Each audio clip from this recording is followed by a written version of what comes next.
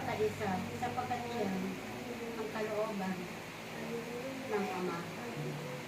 At sa oras na ito, aking mga anak, ibahagi ninyo sa bawat isa ang kapayapaan. Peace. Salamat sa inyo, aking mga anak, sa inyong pagbabahagi ng kapayapaan sa isa't isa. Aking mga anak, sa inyong pagparito, nais ko na inyong batiin ang inyong kapatid na may kaarawan sa oras na ito. Happy birthday, Sister Rose. Happy birthday Happy birthday to you. Happy birthday. Happy birthday to you. Happy birthday. Happy birthday, happy birthday, happy birthday to you. Si Ama mismo. Salamat sa aking mga anak na bumati sa inyong mga kapatid na puno ng kagalakan. Ganyan, mga aking mga anak, ang nais ko na gawin ninyo sa inyong mga kapatid na nagkakaroon ng karawan sa kanilang mga buhay. Napakahalaga sa inyong mga kapatid na sila inyong binabati ng taos sa inyong mga puso. Ito ay kagalakan sa kanilang mga buhay na sila ay binabati ng kanyang mga kapatid. Aking mga anak, tunay na kayo nga ay lagi magkaisa sa pananalangin sapagkat iyan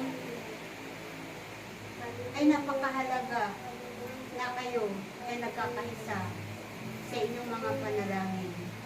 At nais ko, aking mga anak, na kayong lahat ay magmahalan, mag-isigan, upang sa ganun ang lahat ng inyong mga gagawin sa inyong mga buhay, kayong lahat ay magtatagumpay.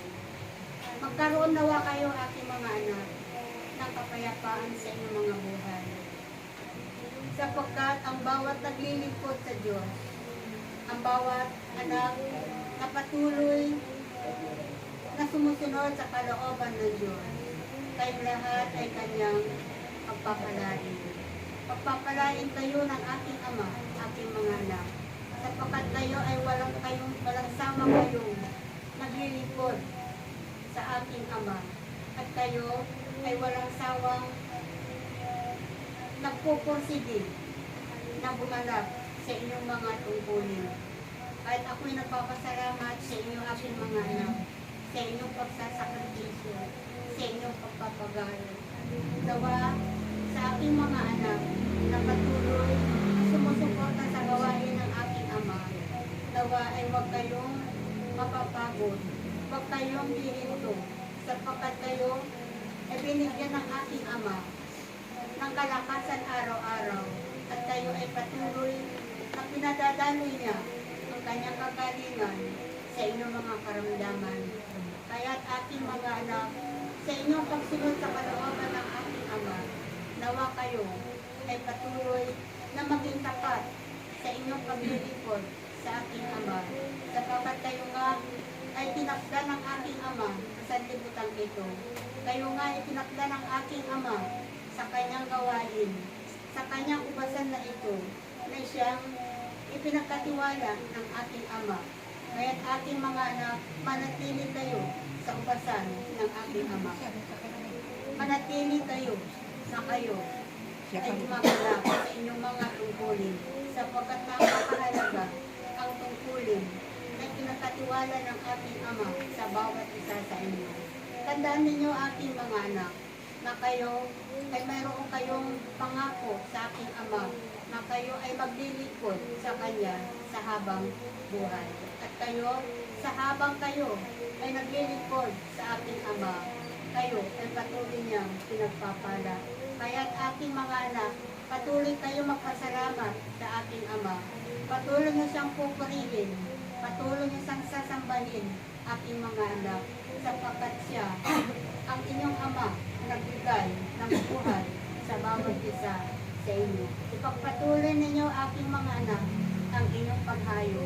Ipagpatuloy ninyo aking mga anak ang pangangalap ng mga tupa upang dalhin ninyo sa banal na paanan ng aking Ama.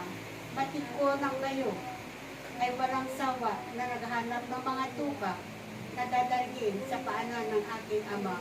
At kayo ay aking sasamahan, aking mga anak, sa inyong paghahanap ng mga tupa na dadalhin ninyo sa harapan ng aking Ama. At sa bawat tupa na inyong dadalhin ay pagpapalain ko ang bawat isa sa inyo. At ganun din ang mga tupa na inyong dadalhin ay mas lalo ko silang pagpapalain upang lubos nilang makilala ang aking Ama. Kaya't aking mga anak, ipagpatuloy ninyo ang inyong ginagawang pagseseminar sa gawain ng aking Ama. Nang sa gayon, ang mga kaguluhan na nagaganap sa iba't ibang bansa ay pahihituin at lulusawin ang lahat ng mga gumagawa ng mga kaguluhan sa mga bansang nagpapasimula ng kaguluhan. Kahit ako'y nagpapasalamat sa inyo, aking mga anak. Nagpapasalamat ako sapagkat wala kayong tigil sa inyong mga panalangin at pagdarasal. At aking mga anak, ipagpatuloy ninyo ang inyong ginagawang panalangin sa bawat oras na dinakda ng aking Ama sa bawat isa sa inyo. Salamat sa inyo, aking mga anak. Salamat at muli ipagkaloob ninyo ang pag-ibig at kapayapaan sa isa't isa. Salamat, aking mga anak. Salamat. Praise siya.